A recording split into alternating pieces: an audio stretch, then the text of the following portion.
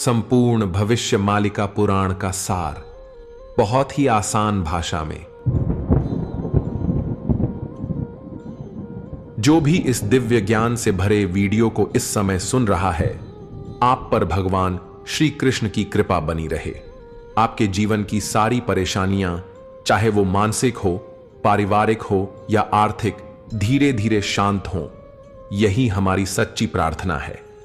यदि आपके मन में भी यह प्रश्न उठा है कि इस कलयुग में धर्म की असली राह क्या है, हम कैसे जानें कि सत्य क्या है और भ्रम क्या, और क्या वास्तव में कोई भविष्यवाणी है जो आज के समय पर लागू होती है, तो यह वीडियो केवल कहानी नहीं बल्कि चेतना को झकझोर देने वाला अनुभव है।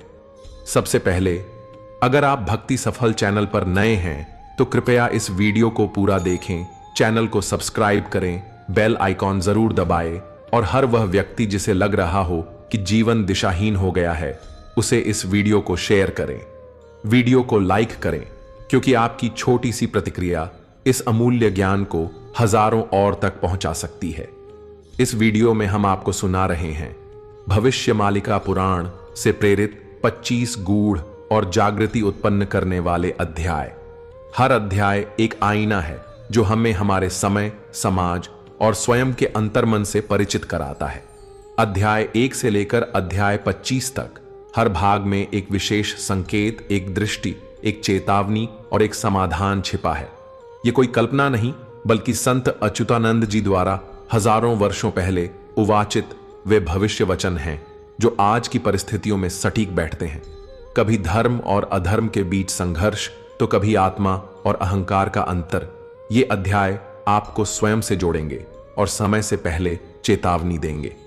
अगर आपने कभी यह सोचा है कि हमें पहले से क्यों नहीं पता चला कि यह सब होने वाला है, तो यह वीडियो उसी प्रश्न का उत्तर है। इसीलिए इस वीडियो को अंत तक सुने, क्योंकि हर अध्याय आपको एक नया दृष्टिकोण देगा और अंत में आपको वह बोध मिलेगा जो शायद वर्षों की साधना से भी न मिले। अंत में हम आपसे यही कहेंगे, अगर आपके मन में कोई भी प्रश्न, कष्ट या संशय है तो श्री कृष्ण के नाम का स्मरण करें और इस 25 अध्यायों की ज्ञान गंगा को अपने जीवन का हिस्सा बनाइए। जय श्री कृष्ण। अध्याय 1, एकांत में लिखी गई वह पाती जो समय के गर्भ में छिपी रही।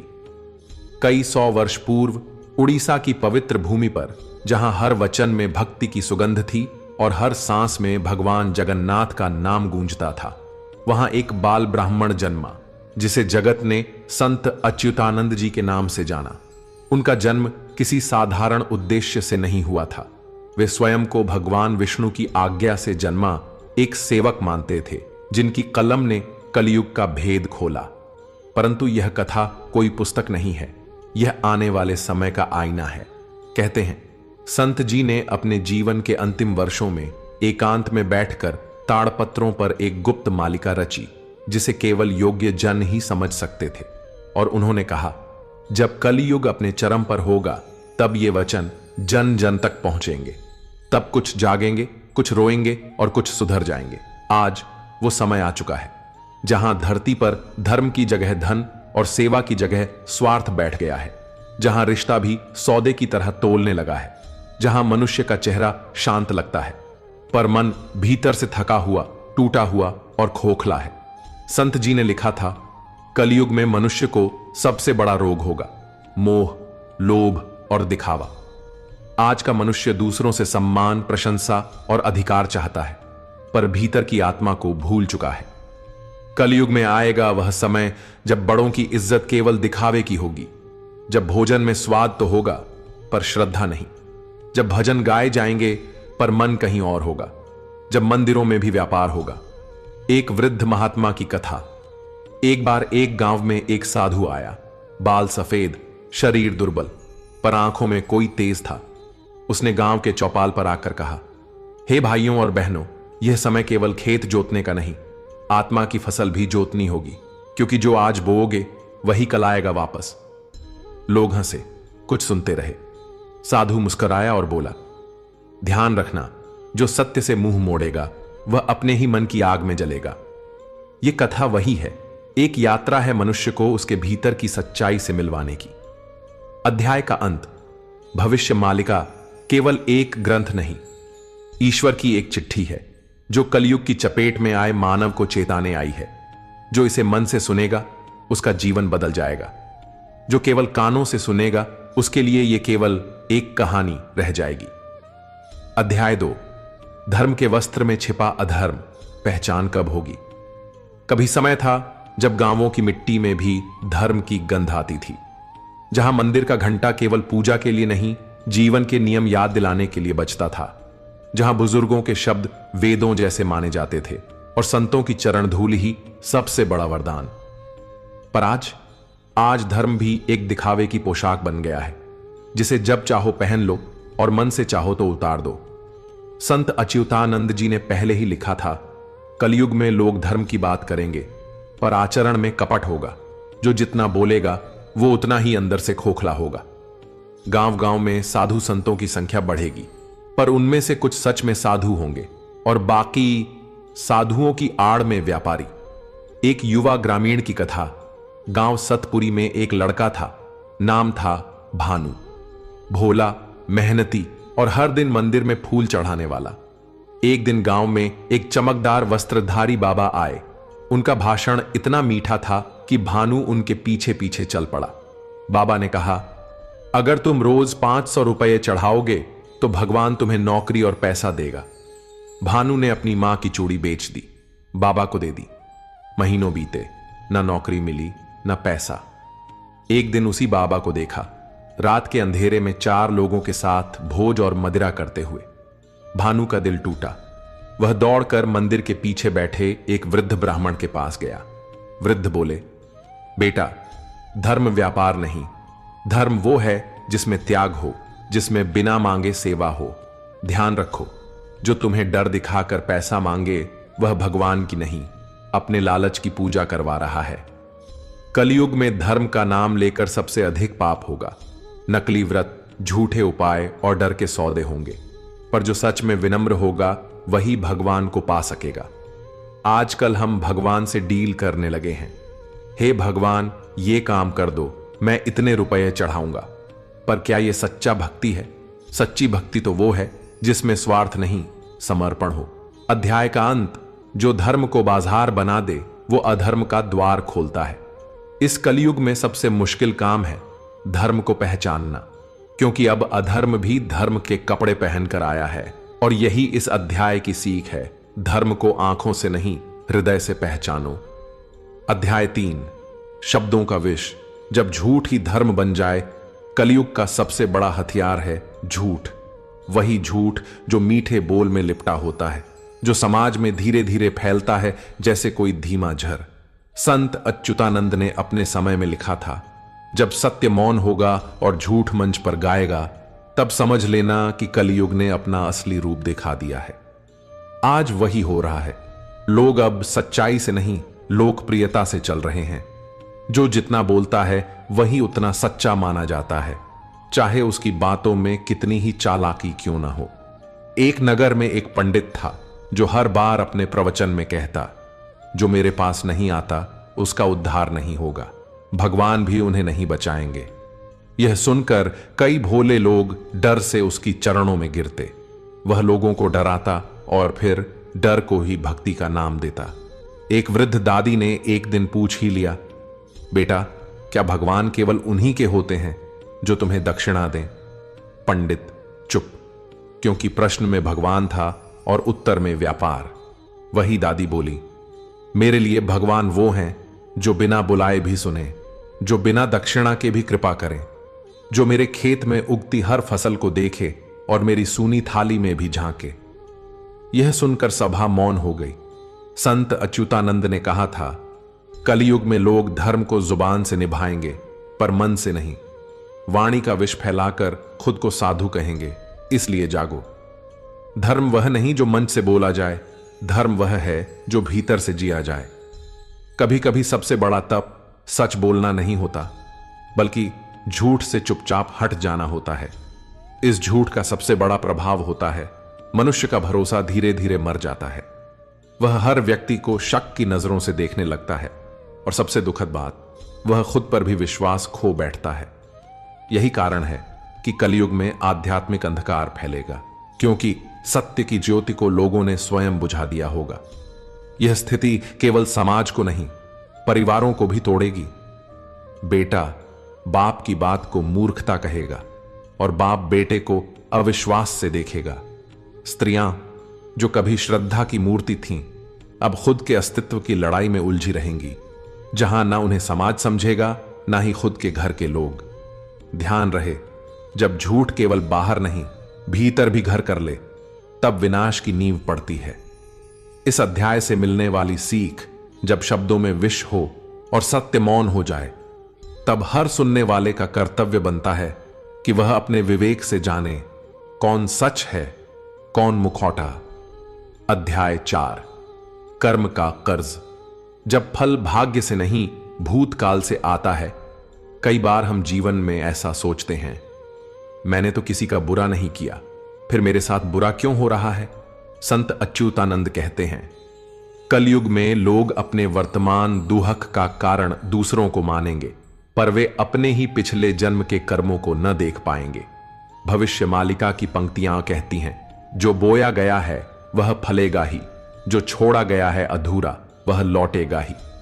कर्म का कर्ज कभी समाप्त नहीं होता, यह या तो भोग से उतरता है या सेवा से। कलयुग में मनुष्य यह भूल जाएगा कि उसका हर कार्य, हर सोच और हर वचन उसके जीवन की अगली परत तैयार कर रहे हैं। वह किसी को धोखा देगा और फिर सोचेगा कि वह क्यों धोखा खा गया। वह माता पिता को अपमानित करेगा और फिर अपने ही बच्चों से सम्मान की आशा करेगा।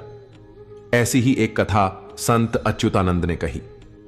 एक सेठ ने अपने व्यापार में 3 लोगों को धोखा दिया। कई वर्षों बाद उसके तीनों बेटे रोगों और दरिद्रता के शिकार हो गए। सेठ कहता, भगवान मुझे क्यों सजा दे रहे हैं? पर संत बोले, यह भगवान की नहीं, तेरे ही कर्मों की वापसी है। जैसे धरती बीज को पहचानती है, वैसे ही ब्रह्मांड कर्म को पहचानता है। कलयुग में सबसे बड़ा भ्रम यही है कि हम सोचते हैं ईश्वर ने अन्याय किया, जबकि अन्याय हमारे ही कर्मों का प्रतिबिंब होता है। कई बार लोग कहते हैं, हमने तो गरीबों को भोजन कराया, फिर भी घर में अशांति क्यों? पर वही लोग अपने घर की स्त्रियों का सम्मान नहीं करते या अपने छोटे भाई की हिस्सेदारी हड़प लेते हैं। संत कहते हैं, कर्म केवल बाहर नहीं, भीतर का भाव भी कर्म है। यदि सेवा के पीछे दिखावा है तो वह भी पाप बन जाता है। इसलिए जब तक भीतर की सच्चाई और बाहर की क्रिया एक न हो, कर्म का कर्ज उतरता नहीं।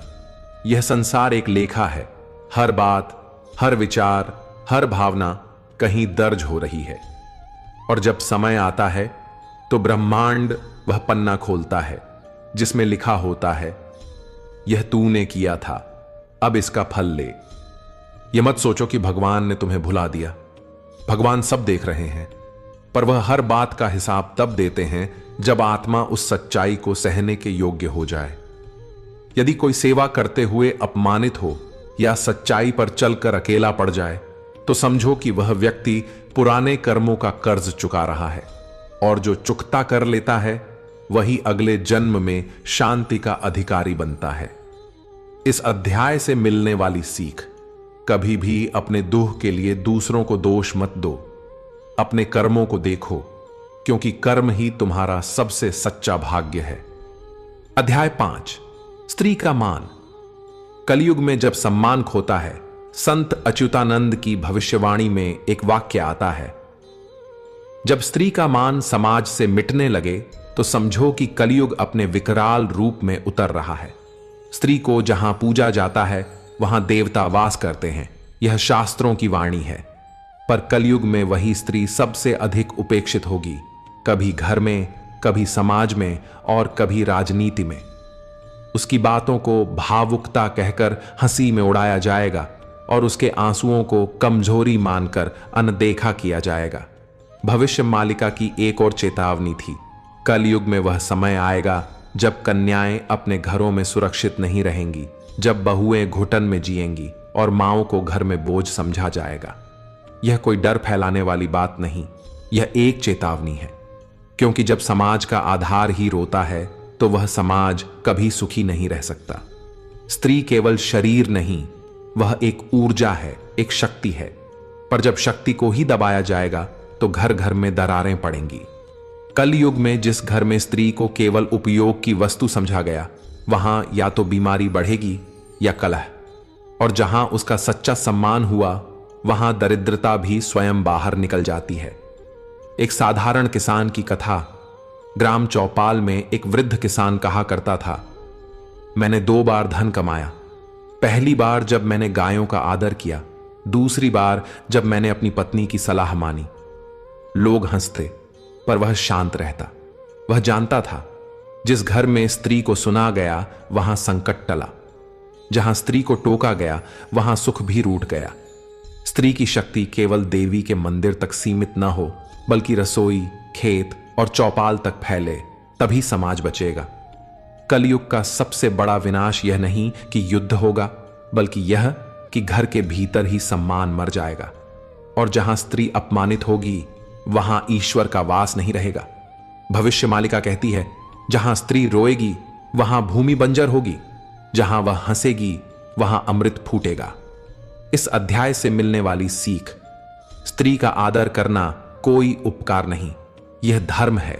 यह जीवन की सबसे पहली परीक्षा है। जिसने यह नहीं सीखा, उसका कोई भी यज्ञ, कोई भी जप स्वीकार नहीं किया जाएगा। और जिस दिन हर स्त्री को न्याय और सम्मान मिलेगा, वहीं से कलयुग के अंत की शुरुआत होगी। अध्याय 6। जब धर्म प्रतीकों में रह जाए और आचरण से लुप्त हो जाए। संत अच्युतानंद ने लिखा, कलयुग में धर्म का आभास तो होगा, पर उसका सार नष्ट हो जाएगा। लोग माथे पर तिलक लगाएंगे, पर मन में छल रखेंगे। हाथ में माला होगी, पर वाणी में कटुता होगी। धर्म, जो कभी जीवन का मार्गदर्शक था, अब केवल उत्सव और परंपरा तक सिमटने लगा है। लोग मंदिर जाएंगे, पर किसी मजबूरी से। पाठ करेंगे, पर परिणाम की अपेक्षा से। दान देंगे, पर प्रसिद्धि की लालसा से। यह अध्याय उसी चेतावनी का आईना है। एक समय था जब धर्म आत्मा से जुड़ा था, अब वह कपड़े, भाषा और पोस्टर में बदल गया है। लोग गेरुआ वस्त्र पहनकर भी अधर्म कर सकते हैं, और एक गरीब गुमनाम किसान भी असली धर्म निभा सकता है, यदि उसका मन निष्कलंक हो। कलयुग में सबसे बड़ा संकट यही है कि हम पहचान नहीं पा रहे कि सच्चा धर्म किसमें है। धार्मिकता अब प्रदर्शन बन गई है।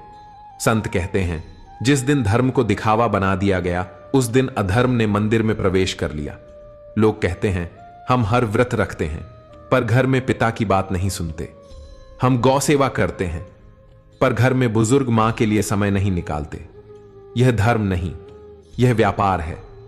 एक पुरानी कथा में एक तांत्रिक बड़े शिव मंदिर में पूजा करता था, पर हर दिन अपने सेवक को अपशब्द कहता, भिक्षुकों को झिड़कता और स्त्रियों का उपहास करता। एक दिन मंदिर के सामने एक अंधे भिक्षुक ने पूछा, महाराज, क्या शिव केवल उन शब्दों से प्रसन्न होते हैं जो घड़ी भर मंत्रों में बहे हों, या उन भावों से जो रोज दूसरों के प्रति प्रकट हों? तांत्रिक मौन हो गया। वह जान गया, धर्म पूजा तक सीमित नहीं, वह व्यवहार में प्रकट होता है। सच्चा धर्म यह नहीं कि आप कितनी बार मंदिर गए, बल्कि यह कि कितनी बार किसी टूटे को संभाला, कितनी बार किसी भूखे को भोजन दिया, और कितनी बार अपने अहंकार को रोका। संत कहते हैं, जब तक धर्म मन से न जुड़ा हो, तब तक वह सिर्फ परंपरा है, आत्मा नहीं। ध्यान रहे, भगवान झांकते हैं हृदय में, कपड़ों और शोर में नहीं। इस अध्याय से मिलने वाली सीख, धर्म को केवल माथे पर नहीं, अपने आचरण में उतारो, क्योंकि भगवान को दिखावा नहीं, भावना चाहिए। अध्याय 7। जब समय से पहले सज्जा और समझ से पहले निर्णय होने लगे। संत अच्युतानंद ने भविष्य मालिका में लिखा, कलयुग में लोग न्याय नहीं करेंगे, वे केवल प्रतिक्रिया देंगे। वे सुनेंगे नहीं, बस निर्णय सुना देंगे। समाज का सबसे बड़ा संकट होगा कि सत्य को समझने का धैर्य खो जाएगा। लोग आधा सुनकर पूरा निष्कर्ष निकालेंगे, और उसी निष्कर्ष पर दूसरों को दोषी भी ठहरा देंगे। जब लोग सुनना छोड़ देते हैं, तो सच्चाई मरने लगती है। कलयुग में यह बहुत सामान्य होगा कि जो शांत है उसे कायर कहा जाएगा, जो सहनशील है उसे मूर्ख समझा जाएगा, और जो सच बोलेगा उसे सबसे पहले काटा जाएगा। संत अच्युतानंद ने संकेत दिया था, सत्य बोलने वालों की संख्या कम होगी और झूठ गूंजता रहेगा। यह केवल समाज का दोष नहीं, यह एक मानसिकता का संक्रमण है। लोग अब तर्क नहीं चाहते, वे केवल समर्थन चाहते हैं।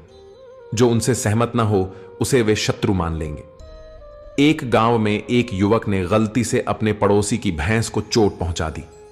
भीड़ जमा हुई। बिना उसकी बात सुने उसे चोर कह दिया गया। लोगों ने उसकी मां को भी ताना मारा। जब सच्चाई सामने आई तो भी किसी ने माफी नहीं मांगी, क्योंकि किसी को शर्मिंदा होना नहीं आता था।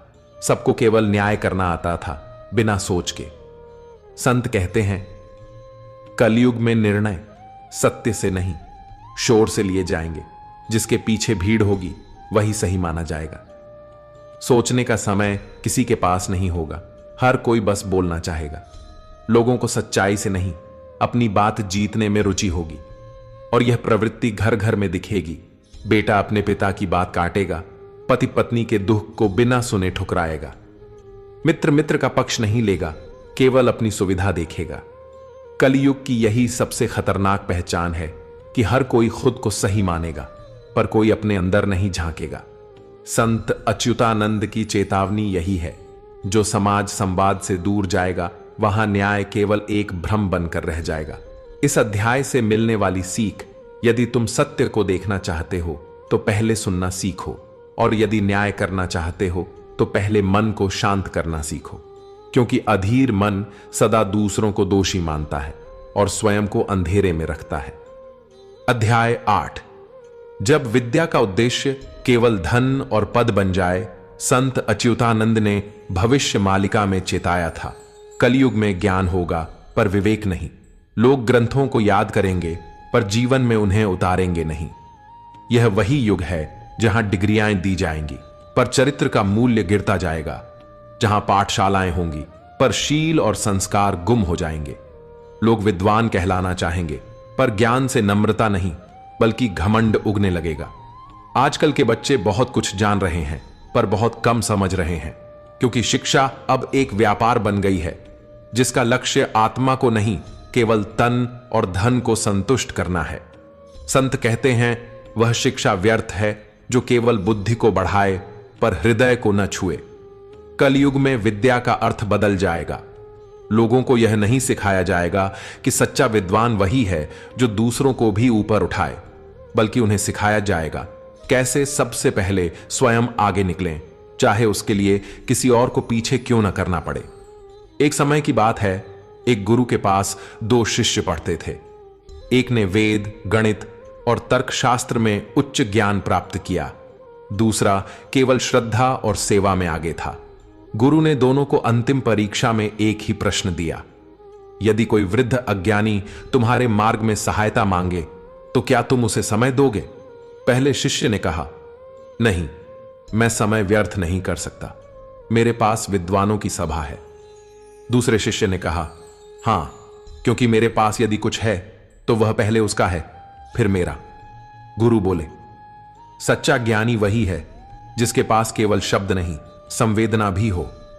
संत अच्युतानंद ने कहा, कलयुग में विद्या प्रदर्शन बन जाएगी, डिग्रियां दी जाएंगी पर दृष्टि नहीं, शब्द बोए जाएंगे पर भाव नहीं, और यही होगा समाज में।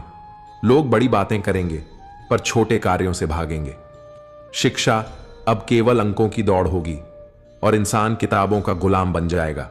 और तब एक मां जो अपने बेटे से संस्कार की उम्मीद करती थी, वह रोएगी, क्योंकि उसके बेटे ने उसकी आंखें पढ़ने से पहले किताबें पढ़ ली थीं।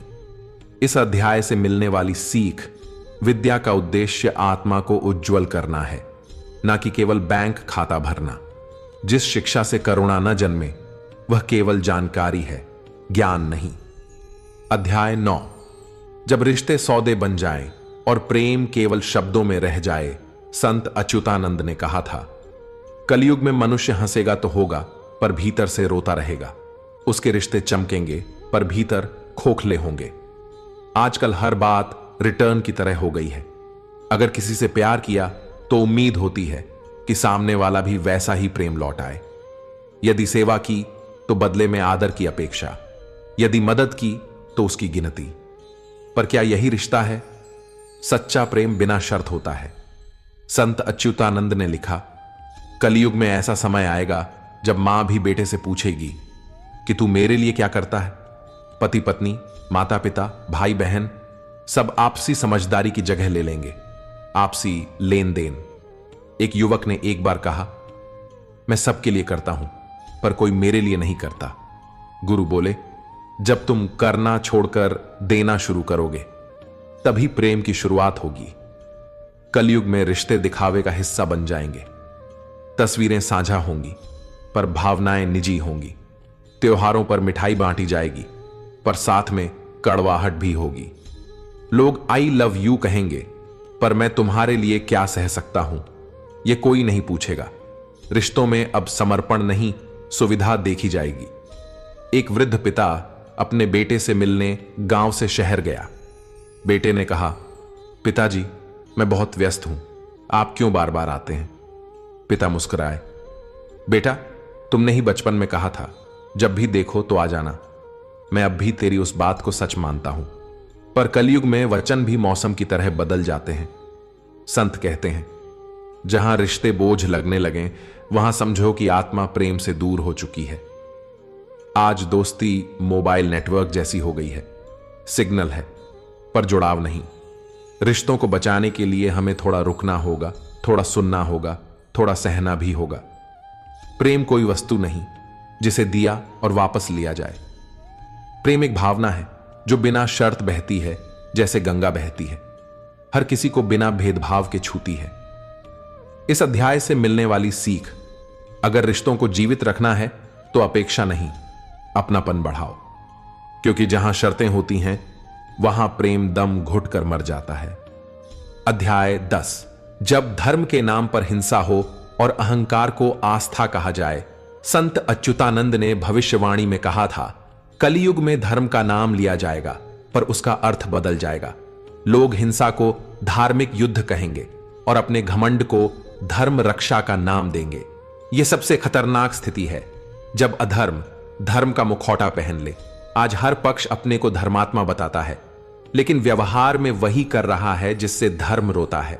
मंदिरों की संख्या बढ़ रही है पर मनों की शुद्धता घट रही है। धर्म का झंडा ऊंचा है पर उसके नीचे द्वेष की आग जल रही है। जब धर्म सत्य से नहीं सत्ता से जुड़ जाए तब वह साधना नहीं राजनीति बन जाता है।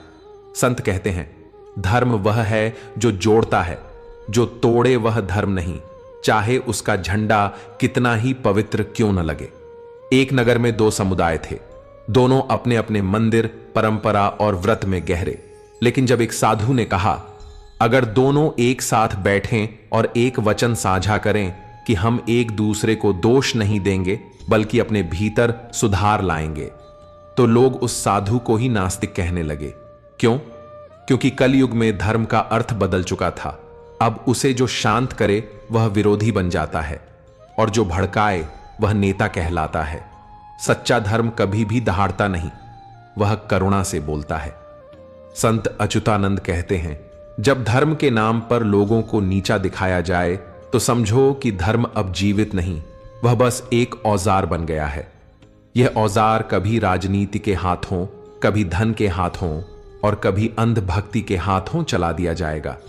ध्यान दो, अगर तुम्हारा धर्म तुम्हें क्रोधित करता है तो वह तुम्हारा स्वार्थ है, धर्म नहीं। सच्चा धर्म विनम्र बनाता है, उदार करता है और भीतर से शांत करता है। कलयुग में जो सबसे बड़ा युद्ध होगा वह धर्मों के बीच नहीं बल्कि अहंकार और सत्य के बीच होगा। जो व्यक्ति दूसरों की पूजा को सम्मान दे और अपने मार्ग पर स्थिर रहे वही सच्चा धार्मिक है। इस अध्याय से मिलने वाली सीख, धर्म का अर्थ लड़ना नहीं समझना है। जो धर्म के नाम पर द्वेष करे वह ना खुद को जानता है न ईश्वर को, और जहां प्रेम है वहीं भगवान का वास है। अध्याय 11, जब सत्य को प्रमाण देना पड़े और झूठ सहजता से स्वीकार हो जाए। संत अच्युतानंद जी ने अपने वचनों में बताया था, कलयुग में सत्य मौन हो जाएगा और झूठ पर तालियां बजेंगी। जहां न्याय धीरे बोलेगा और अन्याय ऊंची आवाज में गूंजेगा। यह अध्याय किसी संस्था, व्यवस्था या शासन की आलोचना नहीं है। यह केवल उस आत्मदर्पण की बात करता है जहां हम सभी को देखना है कि क्या हम सच्चाई का साथ दे पा रहे हैं? कलयुग की एक सबसे बड़ी चुनौती यह होगी कि सत्य को बार बार प्रमाण देना पड़ेगा और झूठ केवल शोर से जीत जाएगा। एक गांव में दो व्यक्ति थे, एक शांत, दूसरा बहुत वाचाल। दोनों एक ही बात कह रहे थे, पर लोग उसी की बात माने जो ऊंची आवाज में बोला। संत कहते हैं, जहां शब्द सत्य से ऊंचे हो जाए, वहां विवेक धीरे धीरे सोने लगता है। जब समाज में धैर्य की जगह जल्दबाजी और विवेक की जगह भीड़ का निर्णय आने लगे, तो वहां सच्चे लोगों का जीवन कठिन हो जाता है। पर क्या यही हमारी नियति है? नहीं, क्योंकि धर्म केवल ग्रंथों में नहीं, हमारी नीयत में होना चाहिए। एक बुजुर्ग स्त्री जिसने जीवन भर ईमानदारी से काम किया था, अपने पोते से बोली, बेटा, दुनिया में सब कुछ मिल जाएगा, पर अगर ईमान खो गया तो फिर कुछ नहीं बचता। बच्चा बोला, दादी, ईमान से रोटी नहीं मिलती। दादी मुस्कुराई, पर बेटा, बिना ईमान के जो रोटी मिलेगी वो पेट भर सकती है, पर आत्मा को भूखा छोड़ देगी। संत कहते हैं, सत्य भले देर से चले पर अंत तक चलता है। आज आवश्यकता है कि हम सत्य को लेकर डरे नहीं और झूठ को देखकर मौन न हो। न्याय केवल अदालतों में नहीं, हर मनुष्य के भीतर भी एक छोटी सी अदालत है जिसका जज उसका विवेक है। उस विवेक को जागृत रखने का नाम ही धर्म है। आजकल हम अक्सर यह सुनते हैं, दुनिया चालाक हो गई है, पर चालाकी और समझदारी में फर्क होता है। चालाकी अपने लिए होती है, समझदारी सबके लिए। कलयुग में सच्चा मनुष्य वही होगा जो अकेले में भी सही राह पर चले, चाहे दुनिया उसे देख रही हो या नहीं। इस अध्याय से मिलने वाली सीख, कलयुग की सबसे बड़ी साधना यह है कि हम शांति के साथ सत्य का साथ निभाएं, बिना किसी के विरुद्ध बोले, बिना किसी को दोषी ठहराए। सत्य का दीपक जलाना ही सबसे सच्चा न्याय है। अध्याय 12।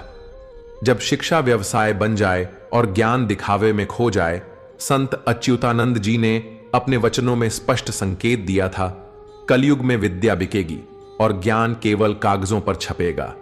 जहां शिक्षा हो वहां संस्कार नहीं होंगे, और जहां उपाधियां मिलेंगी वहां विवेक सो जाएगा।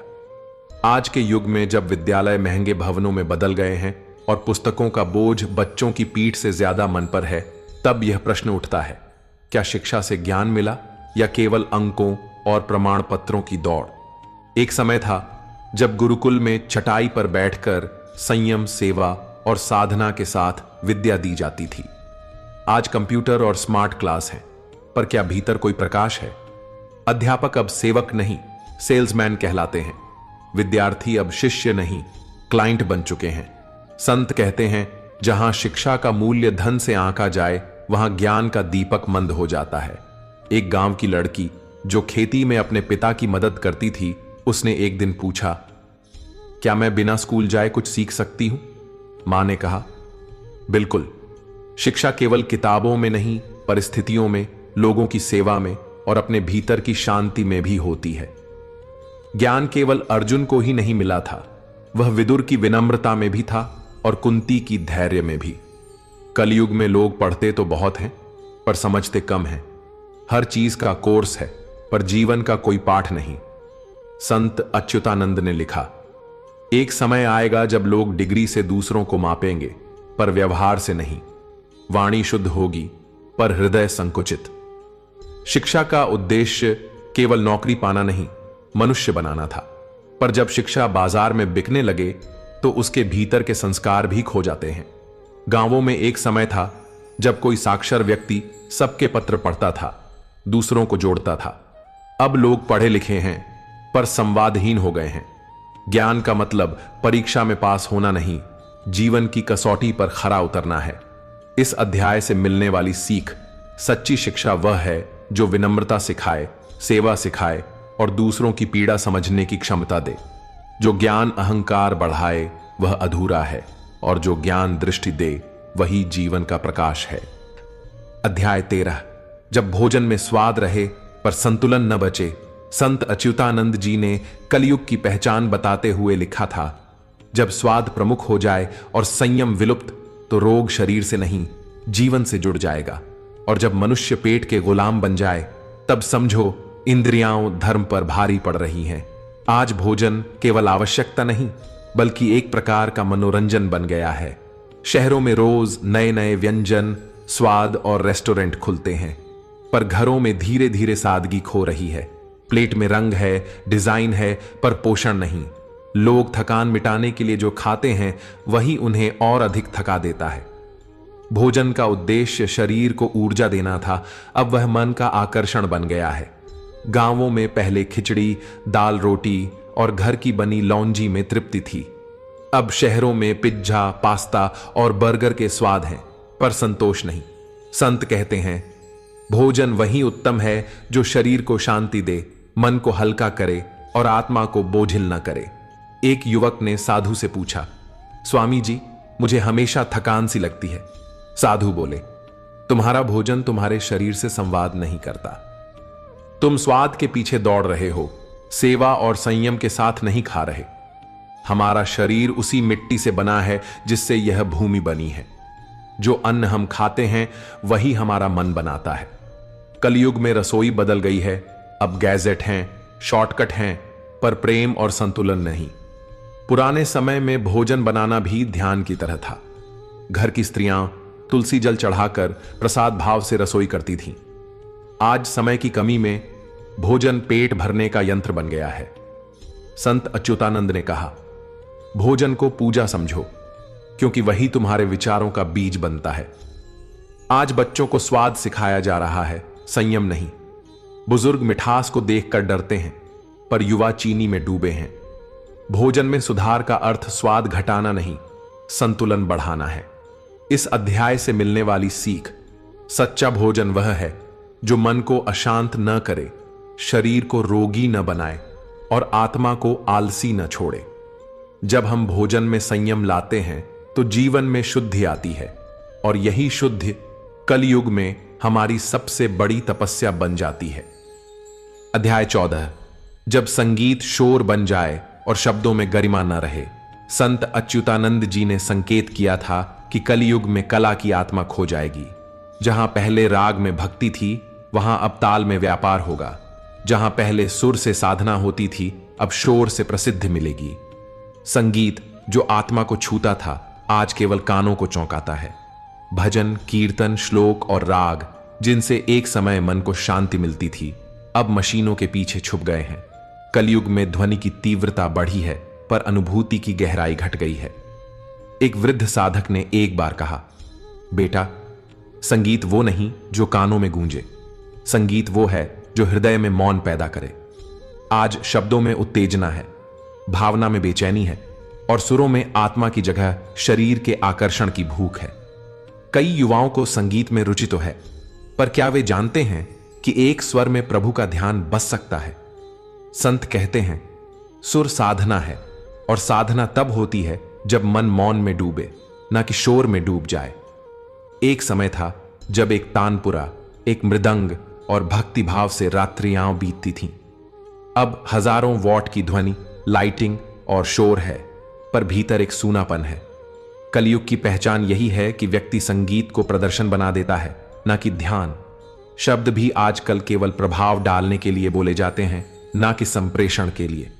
गाली, अपमान और व्यंग्य अब साहस माने जाते हैं, और मौन, शालीनता और मधुरता कमजोरी समझी जाती है। संत अच्युतानंद कहते हैं, जिस दिन वाणी का संयम टूटेगा, उस दिन मनुष्य के पतन का मार्ग खुल जाएगा। एक समय था जब वाणी तप थी, अब वाणी व्यापार है। लोग बोलते बहुत हैं, पर सुनते कम हैं। भाषा का संस्कार घर से शुरू होता था, अब सोशल मीडिया से शुरू होता है। आज के बच्चे पहले बोलना नहीं सीखते, बल्कि चिल्लाना सीखते हैं। इस अध्याय से मिलने वाली सीख, संगीत में माधुर्य और वाणी में मर्यादा हमारी आत्मा के श्रृंगार हैं। अगर हम फिर से भजन, मौन और मधुरता को अपनाएं, तो कलयुग में भी सतयुग की अनुभूति संभव है। वाणी से अगर प्रार्थना निकले तो वह शक्ति बनती है, पर वाणी से अगर अपशब्द निकले तो वह पाप बन जाती है। संगीत और वाणी दोनों ब्रह्मा की दी हुई शक्तियां हैं। इनका प्रयोग सत्कार्य में हो तो यही साधना बन जाती है। अध्याय 15। जब यात्रा तीर्थ नहीं, प्रदर्शन बन जाए। संत अच्युतानंद जी ने भविष्यवाणी में कहा था, कलयुग में लोग तीर्थ करने नहीं, फोटो खिंचवाने जाएंगे। जहां पहले पांव धोकर मंदिर में प्रवेश होता था, अब मोबाइल से लाइव जाकर ध्यान टूटता है। तीर्थ, जिसका अर्थ है मन की थकान को हर लेना, आज वही तीर्थ स्थान टूरिस्ट स्पॉट में बदलते जा रहे हैं। जहां कभी साधु संत ध्यान करते थे, अब भीड़, कैमरा और दुकानों की आवाजें हैं। पवित्रता का अनुभव अब केवल पिक्चर में कैद हो गया है।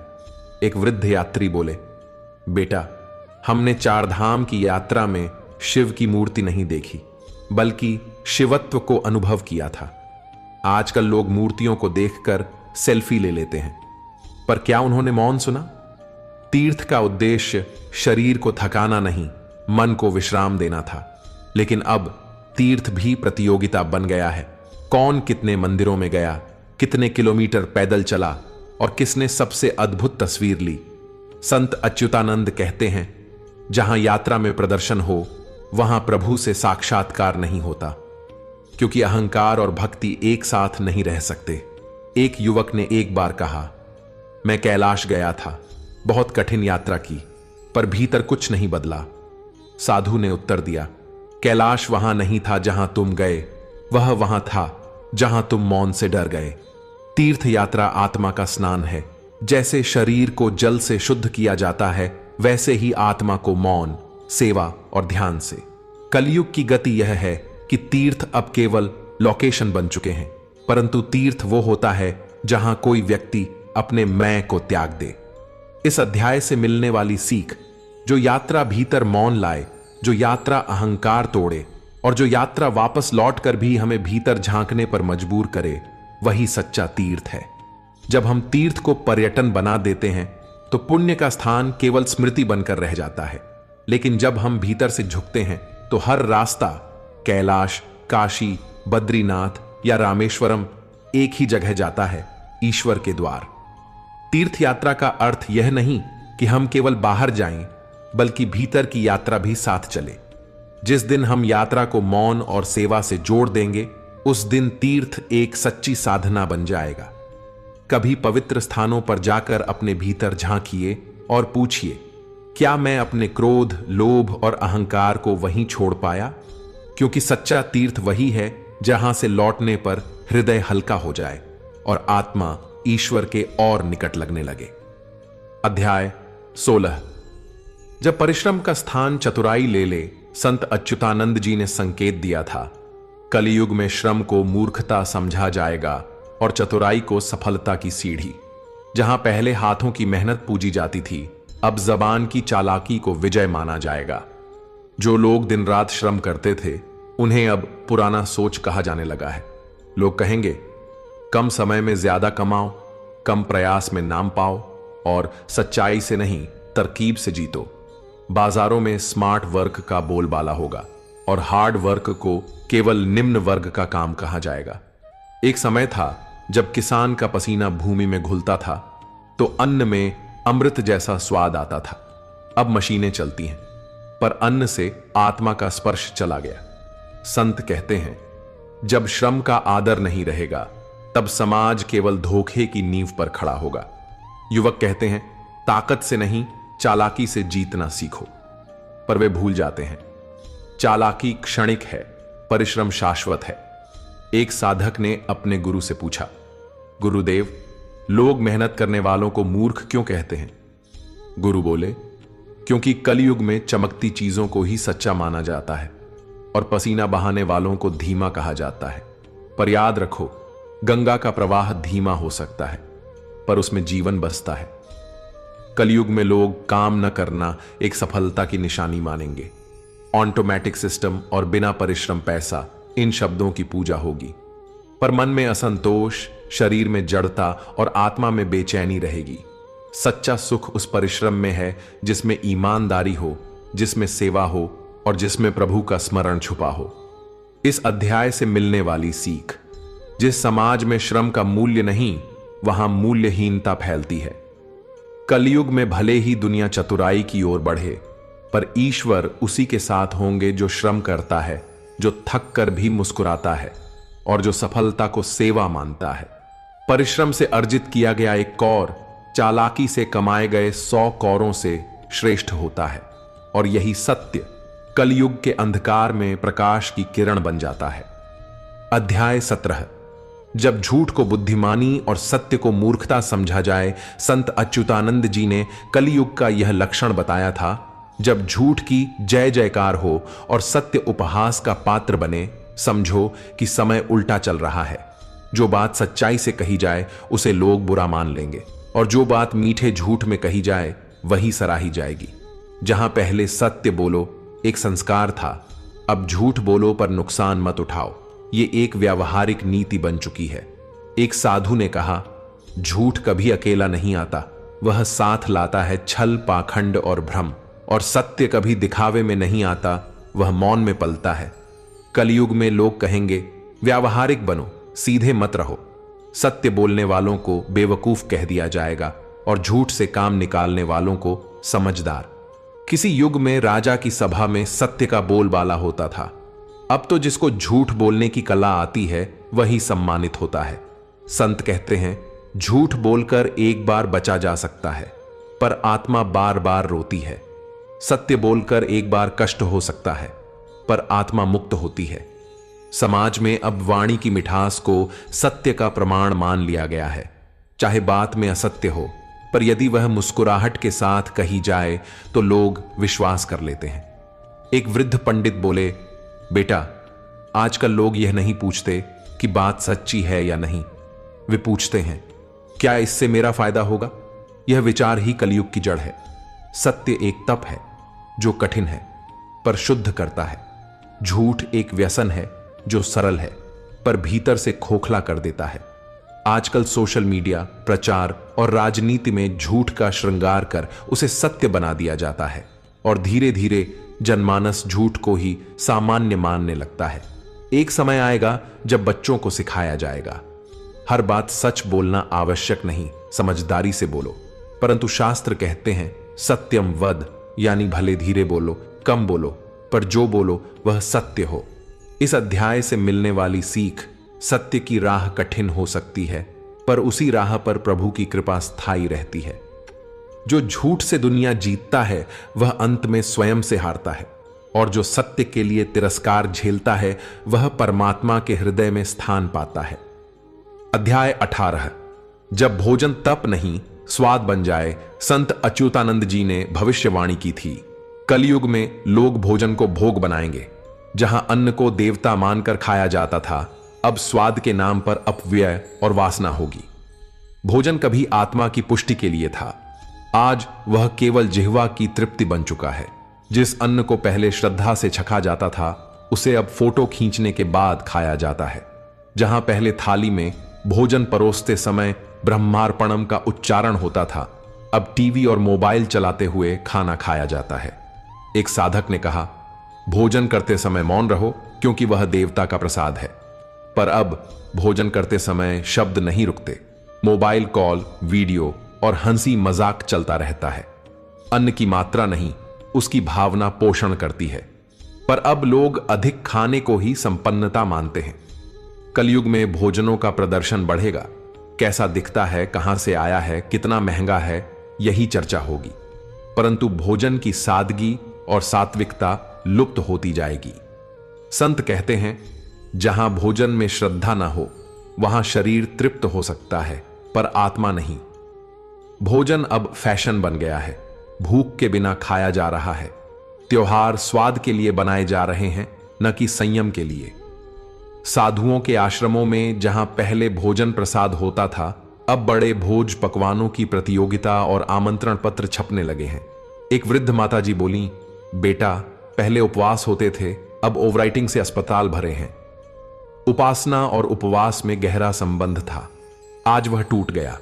भोजन का धर्म यह था, जैसा अन्न वैसा मन। अब मन चंचल है क्योंकि अन्न चटपटा, तला भुना और अशांत है। जो भोजन भूख से अधिक खाया जाए वह शरीर में रोग और मन में प्रमाद उत्पन्न करता है, और जो भोजन ब्रह्म को समर्पण भाव से किया जाए वह तन, मन और आत्मा तीनों का शुद्धिकरण करता है। इसीलिए भोजन सिर्फ पेट भरने का नहीं, यह साधना का भी माध्यम है। इस अध्याय से मिलने वाली सीख, जो भोजन श्रद्धा से किया जाए वह औषधि बनता है और जो भोजन केवल स्वाद के लिए किया जाए वह रोग का कारण बनता है। सच्चा भोजन वही है जिसमें तप, भावना और संतुलन हो। कलयुग में जो भोजन को प्रसाद मानेगा वह ही शरीर और आत्मा दोनों को निर्मल रख पाएगा। अध्याय 19। जब वृद्धों की बुद्धि को बोझ समझा जाए, संत अच्युतानंद जी ने कहा था, कलयुग में बालों की सफेदी को लोग कमजोरी मानेंगे और अनुभव को पिछड़ापन। वृद्धों का स्थान जहां पहले सम्मान में था, अब वहां उपेक्षा और अकेलापन होगा। जहां पहले घर में सबसे पहले बुजुर्ग की राय ली जाती थी, अब उन्हें पुराने जमाने का कहकर अनसुना किया जाएगा। बुजुर्गों के पास जीवन के अनुभव होते हैं, पर अब उन्हें आउटडेटेड कहा जाएगा। युवक कहेंगे, हमें किसी की सलाह नहीं चाहिए, हम सब कुछ खुद जानते हैं। वृद्ध कहते रहेंगे, बेटा समय बदलता है पर मूल्य नहीं। पर कलयुग के कानों में यह आवाज धीरे धीरे अनसुनी होती जाएगी। एक समय था जब वृद्ध आश्रमों में ज्ञान के स्तंभ माने जाते थे। अब वृद्ध आश्रमों में छोड़े गए माता पिता अपने बच्चों की आवाज तरस कर सुनते हैं। बुजुर्गों को अब जिम्मेदारी नहीं, बोझ माना जाता है। एक पुत्र ने अपने मित्र से कहा, पिताजी को गांव भेज दिया, अब हमें अपने हिसाब से जीने का मौका मिला है। पर वह भूल गया, जिसने चलना सिखाया उसके साथ चलने का धैर्य आज खो गया है। संत कहते हैं, जिस घर में बुजुर्गों का आदर नहीं वहां सुख टिकता नहीं। कलयुग में वृद्धों से ज्ञान नहीं लिया जाएगा, बल्कि उन्हें नेगेटिविटी फैलाने वाला कहा जाएगा। एक वृद्ध मां ने रोते हुए कहा, बेटा जब तक छोटा था हर बात मुझसे पूछता था, अब बड़ा हो गया है तो मेरी बातें काटता है। यह दृश्य घर घर में आम हो जाएगा। टेक्नोलॉजी के नाम पर वृद्धों को हास्य का पात्र बनाया जाएगा। उनकी धीमी चाल, उनके पुराने विचार अब उपहास का विषय बनेंगे। परंतु वही वृद्ध कभी स्तंभ थे जिन्होंने जीवन की आंधियों को झेला था। शास्त्र कहते हैं, वृद्ध जन देवतुल्य होते हैं। उनका आशीर्वाद वह ऊर्जा है जो अदृश्य रूप से जीवन की दिशा बदल सकता है। इस अध्याय से मिलने वाली सीख, जिस समाज में वृद्धों का सम्मान नहीं वहां भविष्य दिशाहीन हो जाता है। जो वृद्धों को त्यागते हैं वह अपने ही संस्कारों को काटते हैं, और जो वृद्धों की सेवा करते हैं उनके घर में लक्ष्मी, शांति और प्रभु की कृपा आप ही आप बसती है। अध्याय 20। जब रिश्ते लेन देन बन जाए, संत अच्युतानंद जी ने कलयुग के संबंधों के बारे में कहा था, जब प्रेम का स्थान लाभ ले ले और आत्मीयता का स्थान सुविधा, तो समझो कि संबंधों की आत्मा मर चुकी है। पहले रिश्ते बिना कारण निभाए जाते थे, अब कारण ढूंढा जाता है कि निभाना क्यों है। जहां पहले भाई अपने भाई के लिए बिना कहे खड़ा हो जाता था, अब लोग पूछते हैं, इससे मुझे क्या मिलेगा। पति पत्नी का संबंध जो कभी 7 जन्मों की प्रतिज्ञा मानी जाती थी, अब तात्कालिक सुख और अपेक्षाओं का सौदा बन गया है। माता पिता जिन्होंने अपने बच्चों को अन्न, शिक्षा और संस्कार दिए, अब उनके वृद्ध होने पर उनसे कहा जाता है, आपको अब हमारी आजादी में बाधा नहीं बनना चाहिए। रिश्ते अब भावनाओं से नहीं, सुविधाओं से चलाए जा रहे हैं। जहां कभी दादी की रोटी में स्वाद और प्रेम छिपा होता था, अब होटल और ऐप पर ऑर्डर की गई थाली में केवल कीमत छिपी होती है। एक समय था जब नाते रिश्तेदार बिना बुलाए आ जाते थे, और अब बिना स्वार्थ के कोई आना भी नहीं चाहता। संत कहते हैं, जहां संबंधों में अपेक्षा बढ़ जाती है वहां प्रेम दम घुटकर मर जाता है। अब लोग तोल मोल कर मित्रता करते हैं। यदि कोई लाभ न दिखे तो संबंध छोड़ देते हैं। कलयुग में लोग संबंध नहीं निभाते, संबंध मैनेज करते हैं। एक वृद्ध दंपत्ति बोले, हमने तो बिना किसी लाभ के सबके लिए किया, पर अब बच्चे कहते हैं, आपने हमारे लिए क्या किया। प्रेम को अब तौलने की आदत लग गई है। यदि कोई फोन न करे तो कहा जाता है, हमें याद नहीं करते। पर क्या कभी यह सोचा गया कि हमने कब याद किया। रिश्ते अब संवाद से नहीं, स्टेटस और प्रोफाइल पिक्चर से जिए जा रहे हैं। एक भाई ने दूसरे भाई से कहा, अगर मुझे समय नहीं मिला तो शादी में नहीं आ पाऊंगा। पर उस भाई ने बचपन में उसके लिए स्कूल छोड़ दिया था। यह है कलयुग की विडंबना। शास्त्र कहते हैं, संबंध तप से बनते हैं, लेन देन से नहीं। प्रेम, क्षमा, त्याग और विश्वास, यही थे संबंधों के मूल स्तंभ। पर अब शर्तें, अपेक्षाएं और लाभ इनका स्थान ले रहे हैं। इस अध्याय से मिलने वाली सीख: जो व्यक्ति अपने संबंधों में श्रद्धा और सेवा की भावना रखता है, वही वास्तव में आत्मिक जीवन जीता है। लेन देन के रिश्ते जब टूटते हैं तो केवल शरीर अकेला नहीं होता, आत्मा भी दरखती है। संत कहते हैं, जहां निस्वार्थ संबंध हों वहीं परमात्मा स्वयं वास करता है। अध्याय 21। जब गुरु को मार्गदर्शक नहीं, साधन समझा जाए, संत अच्युतानंद जी ने कहा था, कलयुग में गुरु को पूज्य नहीं, उपयोगी समझा जाएगा। लोग ज्ञान नहीं, सुविधा की खोज में गुरु ढूंढेंगे। गुरु शिष्य परंपरा जो भारत की आत्मा रही है, उसमें अब भीतरी श्रद्धा कम और बाहरी प्रदर्शन अधिक होगा।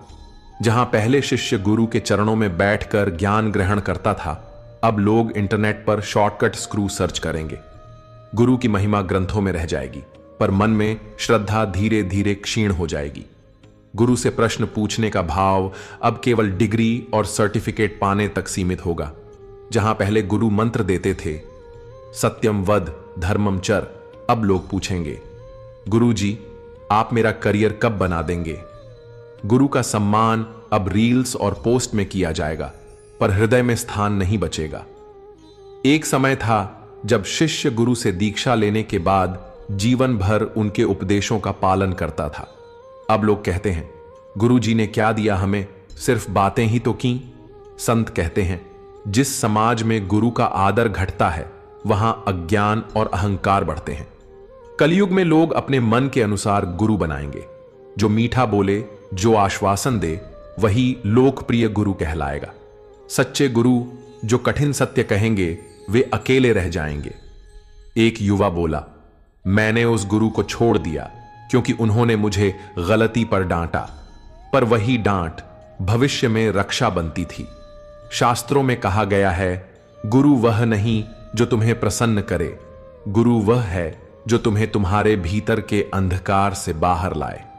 अब लोगों को चमत्कार चाहिए, चिंतन नहीं। भक्ति चाहिए, पर अनुशासन नहीं।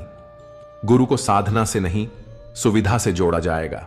संत अच्युतानंद ने कहा, जब शिष्य अपने गुरु से कहे, आप मेरी इच्छा पूरी करें, तो समझो उस परंपरा का अंत हो चुका है। इस अध्याय से मिलने वाली सीख: सच्चा शिष्य वही है जो गुरु की डांट को भी कृपा माने, और सच्चा गुरु वही है जो शिष्य को अंधकार में देख चुप न रहे।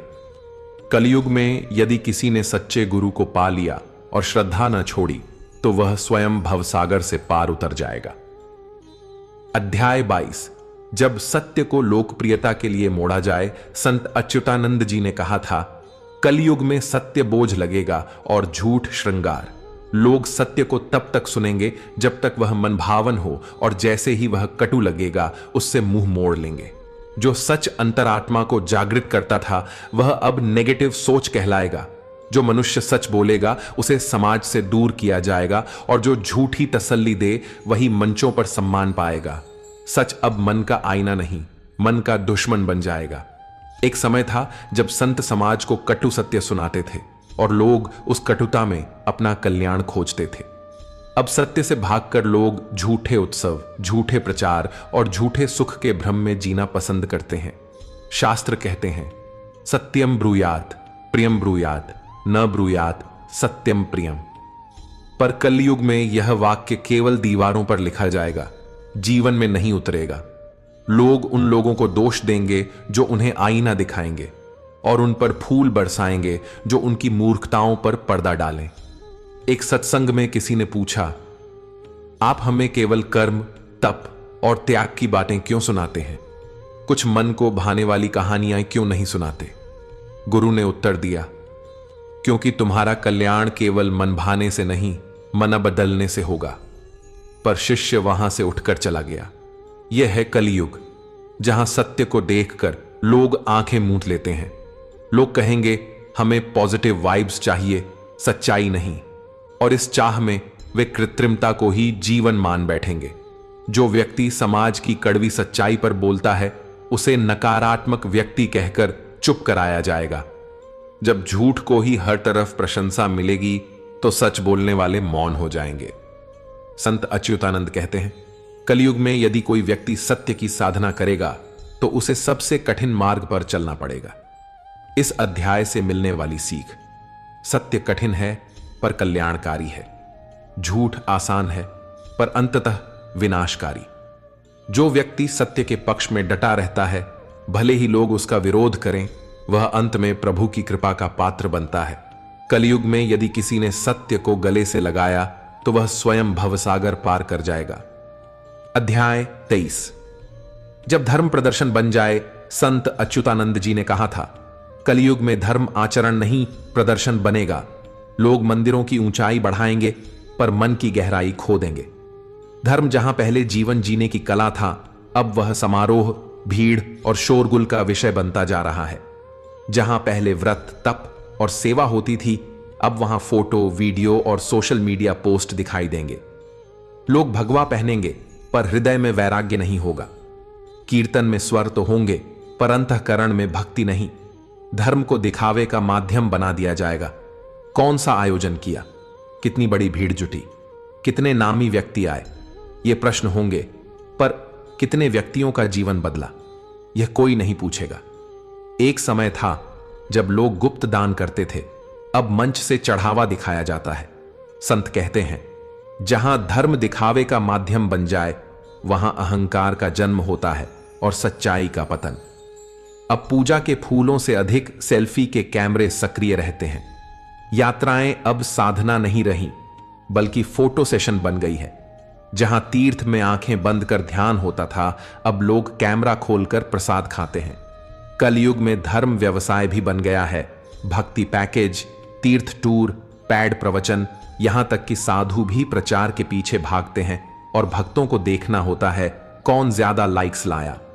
संत अच्युतानंद कहते हैं, धर्म यदि बाह्य प्रदर्शन बन जाए और आंतरिक शुद्धता न रहे तो वह केवल एक खोल रह जाता है जिसमें आत्मा तड़पती है। शास्त्र कहते हैं, धर्म का मूल है दया, क्षमा और सत्य, पर अब इनका स्थान ले लिया है भव्यता, प्रतिस्पर्धा और लोकप्रियता ने। एक वृद्ध बोले, हमने मंदिर बनवाया था मन की शांति के लिए, अब वहां लाउडस्पीकर और होर्डिंग्स से व्यापार हो रहा है। धर्म अब प्रेरणा नहीं, प्रदर्शन बन गया है। इस अध्याय से मिलने वाली सीख, यदि धर्म आचरण में नहीं, केवल आयोजन में हो, तो वह समाज को जोड़ने की जगह विभाजन का कारण बन सकता है। सच्चा धर्म मौन है, जो आत्मा को भीतर से छूता है। कलयुग में जो व्यक्ति धर्म को जीवन में उतार ले और प्रदर्शन से दूर रहे, वही वास्तव में परमात्मा से जुड़ पाएगा। अध्याय 24। जब मौन की जगह शब्दों ने ले ली, संत अच्युतानंद जी ने कहा था, कलयुग में लोग मौन को कमजोरी समझेंगे और शब्दों को ताकत, जबकि ब्रह्म को जानने के लिए मौन ही एकमात्र मार्ग है। अब हर कोई बोलना चाहता है, बिना सुने, बिना समझे। चौपाल हो या मंच, सोशल मीडिया हो या धार्मिक समागम, हर जगह वाणी का कोलाहल है, पर भीतर का शून्य दिन ब दिन बढ़ता जा रहा है। लोगों को यह भ्रम हो गया है कि शब्दों से सत्य तक पहुंचा जा सकता है, जबकि सत्य तो मौन में प्रकट होता है। कभी आर्षि मुनि मौन व्रत रखते थे, क्योंकि वे जानते थे जो जान लिया गया है वह कहने योग्य नहीं रह जाता। अब लोग प्रवचन देना चाहते हैं पर अनुभव से शून्य हैं। शब्द बिखरते हैं पर उनका कोई आंतरिक प्रभाव नहीं होता। संत कहते हैं, मौन केवल चुप रहने का नाम नहीं, बल्कि आत्मा की गहराई से उठता हुआ ध्यान है। आज लोग कहते हैं जो चुप है वह कायर है, पर वे नहीं जानते कि जो स्वयं से बात कर रहा है वह सबसे प्रबुद्ध है। कलयुग में मौन को तोड़ा जा रहा है, हंसी में, तर्क में, ताने में, प्रचार में। लोग अब दूसरों की बात सुनने की क्षमता खो चुके हैं। हर व्यक्ति मंच चाहता है, श्रोता नहीं बनना चाहता। जबकि शास्त्र कहते हैं, श्रवण, मनन और निदिध्यासन यही ज्ञान की प्रक्रिया है। शब्द तो केवल संकेत हैं, पर अनुभव मौन में ही खिलता है। गांव के एक बुजुर्ग बोले, बेटा, जब बोलने से कुछ न सधे तो मौन अपनाओ। मौन वह द्वार है जिसके भीतर ईश्वर प्रतीक्षा करता है। संत अच्युतानंद कहते हैं, जिस समाज में लोग अधिक बोलते हैं पर कम सुनते हैं, वहां भ्रम और विवाद का जन्म होता है। मौन केवल साधु संतों की संपत्ति नहीं, बल्कि हर आत्मा की आवश्यकता है। इस अध्याय से मिलने वाली सीख, जिसने मौन से मित्रता कर ली, उसने स्वयं से और परमात्मा से संबंध जोड़ लिया। कलयुग में भी यदि कोई व्यक्ति मौन की साधना करे तो वह शब्दों की भीड़ में सत्य का साक्षात्कार कर सकता है। अध्याय 25। जब भीतर से जागरण शुरू हो। संत अच्युतानंद जी ने कहा था, जब संसार की हलचलें शांत हो जाएं और अंतर्मन की आहट सुनाई देने लगे, तभी सच्चा जागरण होता है। लोगों को लगता है कि जागरण बाहर से शुरू होता है, कीर्तन, भजन, माइक और प्रकाश से, पर असली जागरण भीतर की उस चुप आवाज से शुरू होता है जो हमें हमारी आत्मा की ओर खींचती है। एक दिन जब सभी उत्तर बाहर से मिलने बंद हो जाते हैं तो मन पूछता है, अब मैं क्या करूं? और वहीं से यात्रा शुरू होती है, वास्तविक यात्रा। संसार की दौड़ में थका मन जब थमता है तो आत्मा बोलती है, अब मेरी सुन।